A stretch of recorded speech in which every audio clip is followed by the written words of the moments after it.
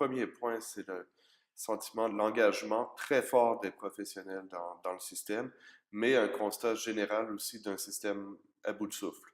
C'est-à-dire un système qui est en train d'étouffer sous l'accumulation de contraintes bureaucratiques venant de Paris, alors qu'il y a un consensus général comme quoi le système doit s'organiser à partir des territoires, à partir des acteurs de territoire, et c'est comme ça qu'on crée de la confiance entre une série d'acteurs qui sont nécessaires pour bien prendre en charge une population et les défis de santé auxquels on fait face aujourd'hui.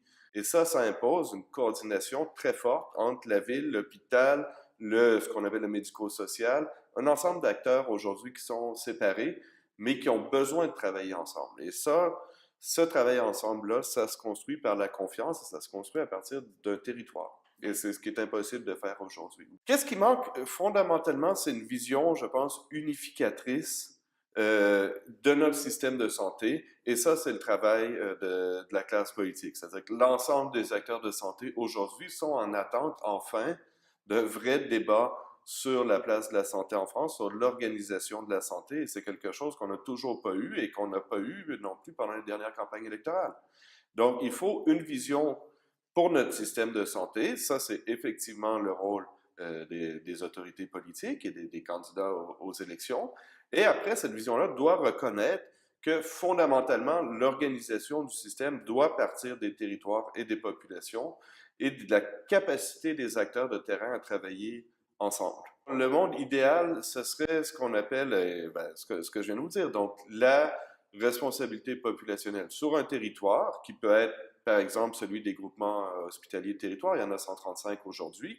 Ce sont des territoires importants. Il faut assez de ressources sur un territoire, un certain nombre de cibles, et qui dit, vous vous organisez, vous sur ce territoire, hôpital, ville, pour améliorer l'état de santé de votre population et prendre en charge les patients qui en ont besoin et les suivre. Et on va vous juger sur vos résultats de santé. Ça, ce serait un monde idéal. C'est dire, vous, sur votre territoire, vous êtes responsable de la santé de votre population et nous, État et électeurs, on va vous juger sur ça, sur vos résultats de santé et pas sur la capacité à appliquer telle ou telle instruction circulaire qui vient de Paris et en fait qui tue toute capacité d'innovation sur les territoires et d'adaptation. Alors que c'est évident que la population n'est pas la même en Bretagne et en Martinique. Il faut que faut que les gens puissent s'organiser en fonction des besoins de santé et des caractéristiques des populations de ces territoires-là.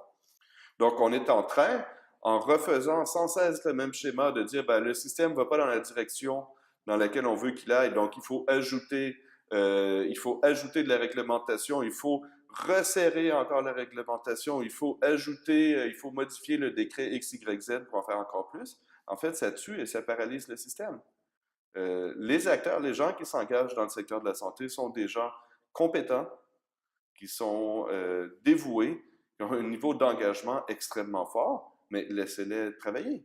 Et c'est de là que va venir, on parle beaucoup évidemment de la nécessité d'équilibrer les comptes, bien sûr, mais la performance, elle vient de l'organisation sur les territoires.